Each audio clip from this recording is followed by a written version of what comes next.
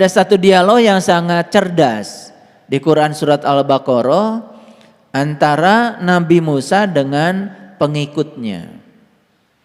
Jadi saat itu Nabi Musa menginstruksikan supaya para pengikutnya itu iman kepada Allah, Tuhannya Musa. Dengan daya kritisnya, pengikutnya Musa tidak langsung mengatakan yes, kami mengimani Allah Tuhanmu Musa. Tidak. Di ayat itu ada dialog yang mengatakan kepada Musa, bagaimana aku bisa beriman pada Allah Tuhanmu Musa, kalau aku belum bisa melihat Allah Tuhanmu itu dengan jelas. Itu diabadikan di Quran surat Al-Baqarah. Ini daya kritis yang sangat luar biasa yang sudah dilupakan oleh kebanyakan umat. Jadi ketika dia disuruh mengimani Allah Tuhannya Musa, umatnya Musa mengatakan, bagaimana aku bisa iman sama Allah Tuhanmu Musa kalau aku belum melihatnya dengan jelas. Itu sebuah keinginan yang luar biasa dari pengikutnya Musa.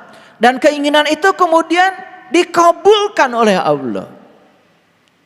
Dan di ayat itu dikatakan, "Tsumma ba'asnakum mim ba'di mautikum la'allakum tashkurun." Dan kemudian aku bangkitkan kesadaran kalian. Dan kalian menjadi hidup setelah kalian mati. Dan semoga kalian menjadi orang-orang yang tashkurun, orang-orang yang terbuka. Jadi syukur itu arti yang sebenarnya adalah terbuka.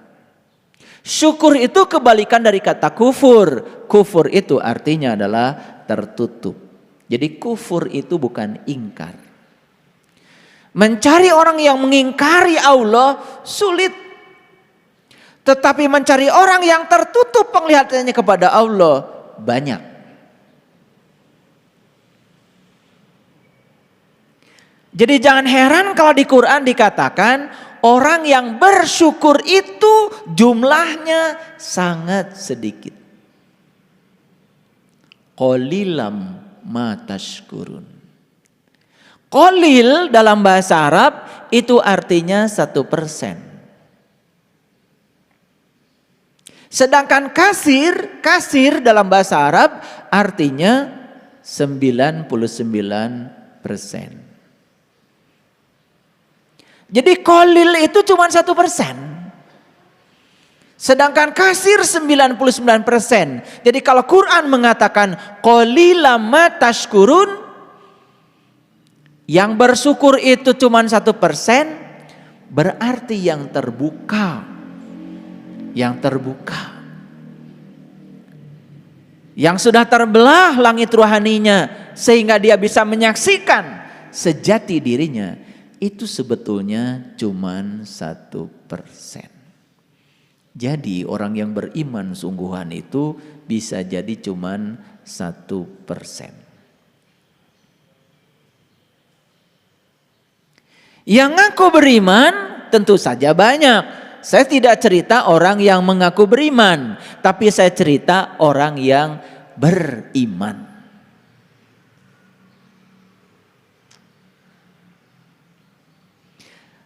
Ada ayat yang lebih mengerikan lagi. Di surat Al-Waqiah dikatakan sullatum minal awwalin wa qalilum minal akhirin. Jadi yang 1% ini awalnya banyak. Dan yang 1% ini akan disaring lagi. Akhirnya menjadi qalil dari qalil. Paham ya? Supaya gampang pakai matematik deh. Kalau orang beriman ini 1000, 1% dari 1000 berapa? 10. Jadi kalau 1.000.000 itu ya, manusia yang beriman itu qalil. Yang sungguhan loh, bukan yang ngaku. Yang ngaku mah banyak. Yang sungguhan. Iman yang ilmu yakin, ainul yakin, hakul yakin, bahkan isbat al yakin. Iman yang sungguhan. Nah dari 1 juta deh. Atau dari semua penduduk bumi kalau begitu. Jadi kalau penduduk bumi sekarang 7 miliar. Coba hitung. 1% dari 7 miliar. Berapa?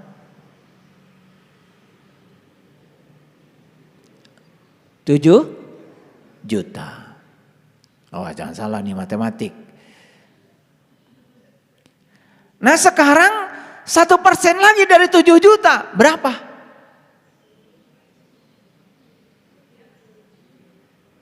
7.000. Sullatu minal awalin, awalnya banyak, wa qalilu minal akhirin. Jadi sesungguhnya nanti sisanya itu cuman 1% dari 1%. Ngerti ya? Matematika biasa, nggak usah pusing kayak gini. Nah, oleh karena itu para utusan Allah itu diutus ke semesta ini hanya untuk menyampaikan peringatan yang nyata.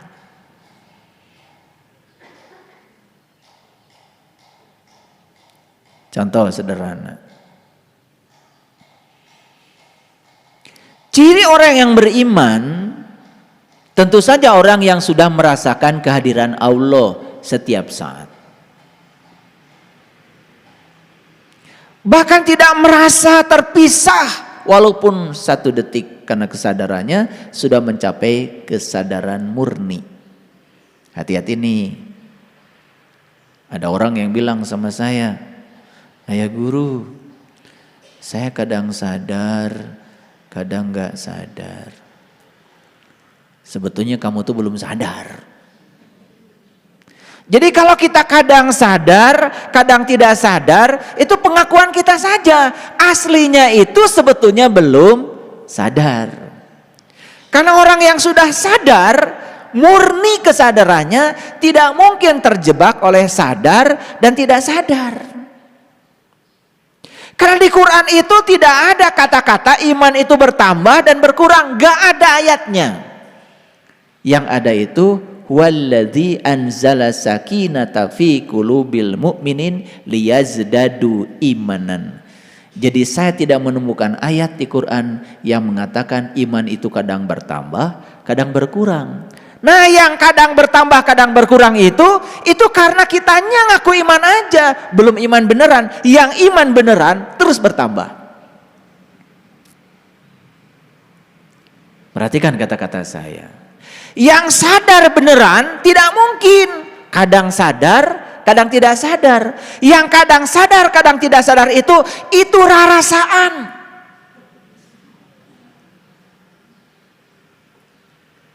Rarasaan teh sadar, nanti rarasaan teh sadar, padahal aslinya sebetulnya belum sadar. Maka mereka yang sudah mencapai kesadaran murni tidak mungkin terjebak oleh kadang sadar, kadang tidak sadar, kadang nambah, kadang kurang, gak ada. Yang imannya suka kadang nambah, kadang kurang, itu karena rarasaan teh geus iman. Paham ya? Awas, ini jangan sampai kecele ya. Ngaku-ngaku. Gitu. Nah, orang yang sadar nih, ngerti sadar. Makanya sering disebut hidupnya itu sudah meditatif, itu bahasa kerennya. Hidupnya itu sudah meditatif. Meditatif berasal dari kata meditasi. Pernah lihat orang meditasi? Duduk bersila, punggungnya tegak, pinggangnya tegak, lehernya tegak, pandangan lurus ke depan, ditutup mulutnya, ditutup matanya. Itu meditasi? Yes. Tetapi orang yang sedang meditasi semacam itu belum tentu hidupnya meditatif. Itu meditasi formalnya ya seperti itu, latihannya seperti itu. Kalau ada latihan pasti ada praktek dong. Kalau ada latihan ada pertandingan dong. Nah, pertandingannya itu tidak terjadi di situ. Makanya orang yang meditatif itu adalah orang yang ketika dia melakukan aktivitas apapun itu dalam keadaan sadar. Itulah yang disebut dengan ulul albab. Makanya prosesnya itu adalah untuk dapat ulul albab, kata Quran, itu harus mendengar. Alladzina yastami'unal qaul, dan orang-orang yang mau mendengar. Jadi beruntung nih para sahabat yang masih mau memasangkan telinga untuk mendengar. Karena itu kunci awalnya hidayah. Fayattabi'una ahsanahu. Tapi tugas berikutnya setelah mendengar apa? Mengikuti yang terbaik. Ulaika hadahumullah. Kalau setelah mendengar itu mengikuti, maka dia akan mendapatkan akan mendapatkan hidayah. Ulaika hum ulul albab, maka puncaknya hidayah dia menjadi ulul albab. Nah, siapa ulul albab itu? Adalah orang yang berdiri, duduk dan berbaring selalu ingat kepada Allah. Ingat kepada Allah berarti selalu merasakan kehadirannya. Tidak ada rasa keterpisahan dengan dia. Itu yang disebut dengan hidupnya sudah meditatif. Paham? Oke, sekarang saya mau nanya nih. Nih kalian duduknya meditatif nggak? Ya disebut meditatif kalau sadar sedang duduk. Sadar nggak sekarang sedang duduk? Nah, itu meditatif. Makanya ketika sedang duduk, nikmati. Ketika sing siremen, nikmati aja. Jadi pengamat bagi diri sendiri. Nanti juga hilang, nikmati aja. Jangan cengeng, baru duduk sebentar, cara rangke. Sadari aja, ketika cangkel jadi pengamat saja. Itu namanya duduknya meditatif. Sekali lagi, sadar nggak sekarang sedang duduk? Nah, itu namanya meditatif. Pertanyaan berikutnya, sadar nggak kenapa bisa duduk?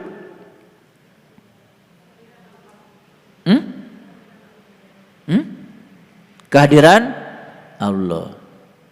Terlalu jauh jawabannya. Sadar bahwa sekarang saya sedang duduk. Mengapa saya bisa duduk? Karena saya tinggal di bumi. Karena di bumi ada gaya gravitasi bumi. Dapat dah tileleti kurang cicing di dia. Coba kita pernah tinggal di tempat lain, di angkasa luar, hese diuk teh.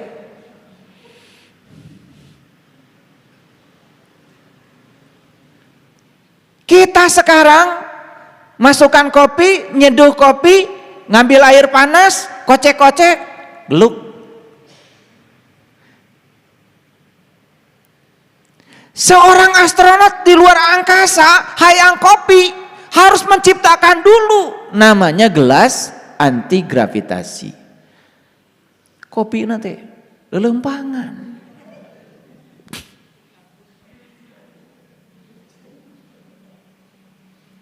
Bayangkan oleh Bapak Ibu betapa repotnya kalau kita masak di ruang angkasa.